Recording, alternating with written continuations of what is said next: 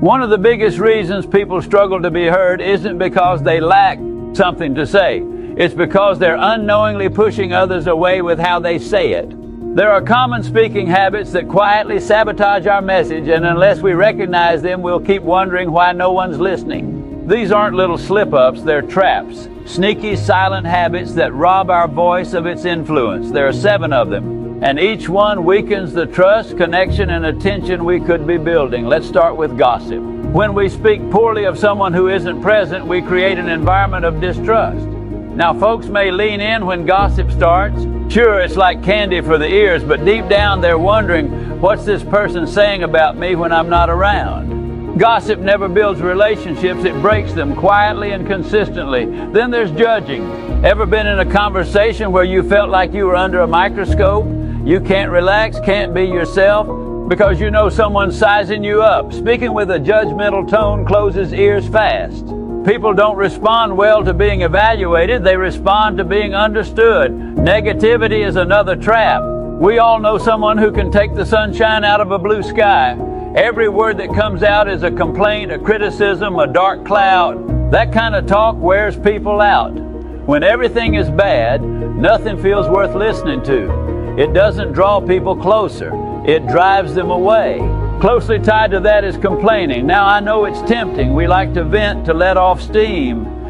But when that becomes the bulk of our conversation, we're not just sharing, we're spreading misery. And nobody's looking to subscribe to a daily dose of despair. Complaining doesn't inspire, it drains. Next, we've got excuses. Some people never take ownership of anything. It's always someone else's fault, always a reason why they couldn't, wouldn't, didn't. We've all met someone like that, and if we're honest, we've probably been someone like that at some point. But here's the thing, people respect accountability. When someone constantly dodges responsibility, it becomes hard to respect anything they say. Then comes exaggeration. It's the little stretch that turns into a big lie. When everything is amazing or incredible, real impact gets lost. Our words lose weight. And when people catch us exaggerating even just a little, they start to question everything we say. Truth matters because truth earns trust. Finally, dogmatism. That's when someone confuses opinion with fact and pushes their perspective like it's the only one that matters. Nobody likes being preached at or bulldozed in conversation. It shuts down dialogue and turns communication into a battle, not a bridge. These 7 habits, gossip, judgment, negativity, complaining, excuses, exaggeration, and dogmatism, are the silent killers of connection.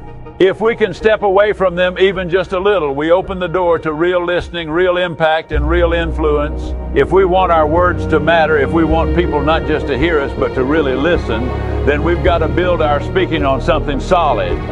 That's where 4 powerful principles come in. They create a foundation that makes our speech stronger, clearer, and far more likely to reach the hearts and minds of those around us. These 4 principles spell out a word that's easy to remember: hail. Let's begin with the H, honesty.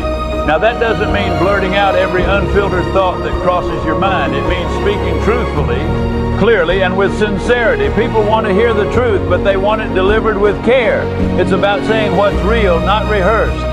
When folks know you're honest, they lean in. They listen because they trust what's coming out of your mouth. Next, we have A, authenticity. That means being you, not some version of you that's shaped to impress or please. People don't connect with perfection, they connect with real. Authenticity isn't about having all the right words, it's about being grounded in who you are while you're speaking them. When you speak from your own story, from your own heart, people feel it, and when they feel it, they respond. Then there's I, integrity. This one's about follow through. It's about being your word. If you say you're going to do something, do it. Integrity isn't something you can fake. People watch what you say, and then they watch what you do. When your words and your actions line up, your voice gains power. People trust speakers who stand by what they say. Finally, we come to L, love. Now, I'm not talking about soft sentiment or romance. I'm talking about wishing people well. It's the tone that changes the whole message. You can say something hard, but if you say it with care, it lands differently. Speaking with love means you're not out to win, you're out to connect. It means valuing the person more than the point you're trying to make. Put those four together: honesty, authenticity, integrity, and love, and you've got a voice that others want to hear. You don't have to be loud, clever, or charismatic. You just have to be real, reliable, and rooted in care for the people you're speaking to. Every one of us carries around the most powerful communication tool on the planet, our voice. But most folks never learn how to use it with intention. It's like owning a grand piano and only ever plunking one key. If we want to speak so that people actually want to listen, we've got to open up the toolbox we were born with, because how we say something can be just as important as what we say. Let's start with register. Your voice can live in different parts of your body. You can speak from your nose, your throat, or deeper down in your chest. And when you speak from your chest, it carries more weight. That low, steady tone feels grounded, confident. That's why we trust voices that sound like they believe what they're saying. Then there's timbre, the texture and feeling of your voice. Warm, rich, smooth tones are naturally more pleasant to the ear. Think of a voice that feels like hot chocolate on a cold day. Now, not everyone starts with that, but the good news is you can train it. With breathing exercises, posture correction, and a little guidance, you can make your voice feel more like an invitation and less like a demand. Next up is prosody, the rhythm and melody of your words. If you speak in a flat, monotone way, people tune out. It sounds robotic. But if you bring life to your speech, using inflection, rising and falling where it makes sense, you add meaning without even changing your words. You hold attention without raising your voice. We also have pace. Speed can express excitement or urgency, while slowing down creates emphasis and space for reflection. And inside all of that, let's not forget the power of silence. A well-placed pause can say more than a paragraph. It gives your listener time to absorb and feel. Add in pitch, which can show emotion or highlight a question. And then finally, there's volume, learning when to project and when to pull back. Too loud, and you come off as overbearing. Too quiet, and you fade into the background. But the sweet spot, that's when people stop what they're doing and lean in. Now, here's something most folks overlook when they're trying to be heard: silence. That's right, silence. We live in a noisy world where people are so busy talking, they forget that sometimes the most powerful thing you can do is pause. See, silence is an empty space. It's a tool. And when you learn how to use it, your words suddenly carry more weight, more meaning, and more authority. Think about music. What makes a melody stand out isn't just the notes, it's the space between the notes. Those little pauses give rhythm, they give emotion, and they give depth. Well, speaking works the same way. When you pause, people pay attention. You give them time to digest, reflect, and feel. That little moment of quiet can be the difference between being heard and being understood. A pause shows confidence. It says, I'm not afraid of the quiet. I don't need to rush to fill the space. Too many people speak like they're racing a clock, cramming every second with words, afraid that silence might make them look unsure. But it's the opposite. Silence makes you look strong. It gives your message space to breathe. And here's something else silence does. It draws people in. When you lower your voice and pause, folks start leaning forward. Why? Because it creates anticipation. It says, what I'm about to say matters. You don't have to shout to be powerful. You don't have to fill every gap. You just have to own the moment, and silence helps you do that. Now, silence also helps you listen, and that's key. When you're not rushing to talk, you create space for others, you show respect, you build connection. People don't want to be talked at, they want to be talked with. And the best way to make space for that is to slow down and let silence have a seat at the table. Even in moments of tension or emotion, silence can calm the storm. It gives both sides a breath, a moment to gather themselves. In that space, understanding can grow. If you really want people to listen, you've got to remember, it's not just about the message, it's about the delivery. And delivery isn't just sound and words, it's the presence you bring. That's where warming up your voice becomes not just helpful, but essential. Most people wouldn't walk into an important meeting without combing their hair or straightening their clothes. But how many step onto a stage or into a conversation without even thinking about the instrument they're about to use? Your voice is a living tool. It's powered by breath, shaped by muscle, and fueled by energy. If you walk in cold, you're relying on chance. But if you take a few moments to prepare, you set yourself up to speak with clarity, strength, and confidence. And you don't need anything fancy. Just a handful of simple exercises can tune your voice like a guitar before a concert. Start by breathing deeply and sighing it out. It relaxes the body, centers the mind, and frees up your tone. Then wake up the lips with a few ba-ba-ba repetitions. That motion helps loosen up the articulation. Add a playful brr to bring your lips fully to life. It may sound silly, but it works like magic. Next, move on to your tongue. Try exaggerated la-la-las to get it moving and responsive. Roll your R's like you're pouring a little champagne on your speech. It opens up clarity and precision. And if you can do just one thing, go for the siren. Glide your voice from high to low and back again.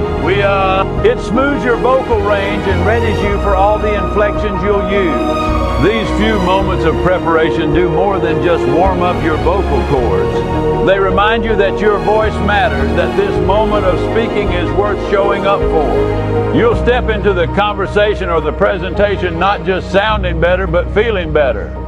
And that energy transfers. People don't just listen to words, they listen to you. So before your next important moment, whether it's a meeting, a speech, or a heart-to-heart, take the time to warm up. A few small moves can make a world of difference in how your voice is heard and how your message lands. Now, when it comes to being heard, there's something incredibly powerful in the way you use your body. We often think communication is only about what we say or how we say it, but it's not just the words that matter. Your body plays a key role too. How you stand, how you move, how you look. These things influence whether people are open to listening to you or tuning you out. Your body language speaks before you even say a word, and it can either reinforce your message or weaken it. Think about posture, for example. When you stand tall, shoulders back and chest open, you immediately convey confidence. It's not about looking stiff or overly formal. It's about owning the space you're in. People listen to those who appear grounded and self-assured. If you're slumped or closed off, it sends the opposite message. You might not even realize it, but you're telling people that you don't believe what you're saying is worth hearing. Movement is another powerful tool. The way you move while speaking can either engage your audience or push them away. If you're stiff and stationary, your words may sound mechanical, even if you're saying something profound. But when you move with purpose, when your body flows with your words, it brings energy to your message. You don't have to be a performer on stage, but small shifts in position, hand gestures, and even the way you make eye contact can make all the difference in how engaged your audience is. Your facial expressions are just as critical. A warm smile or an earnest look can make you approachable. It shows people that you're not just talking at them, you're talking with them. And if you're speaking about something important, your face should reflect the seriousness of the topic. A furrowed brow or a thoughtful expression can convey the depth of your message and invite people to connect emotionally. In the end, speaking isn't just about the words. It's about the energy you bring to the table. When your body supports your words, you create an experience for your audience. They don't just hear you, they feel you. And when you make that connection, people are much more likely to listen, engage, and even act on what you've said. As we wrap up today, remember that powerful speaking isn't about delivering the perfect speech or being flawless. It's about being real, being intentional, and creating a connection with the people you're speaking to. When you combine honesty, authenticity, integrity, and love with the tools of your voice and body, you open the door to meaningful conversations and lasting impact. Every time you step up to speak, you have an opportunity to make a difference, to truly be heard and to inspire change. So take these principles, apply them, and watch as your words transform the way people listen. Whether you're speaking to a crowd, a team, or a single individual, remember that your voice has the power to change the world. Thank you for being here today. I wish you the very best of luck on your journey to becoming the kind of speaker who not only speaks but inspires, uplifts, and creates lasting connections. Go forward with confidence, and may your words echo with purpose wherever you go. Good luck and thank you. Like, share, and subscribe for more motivational videos.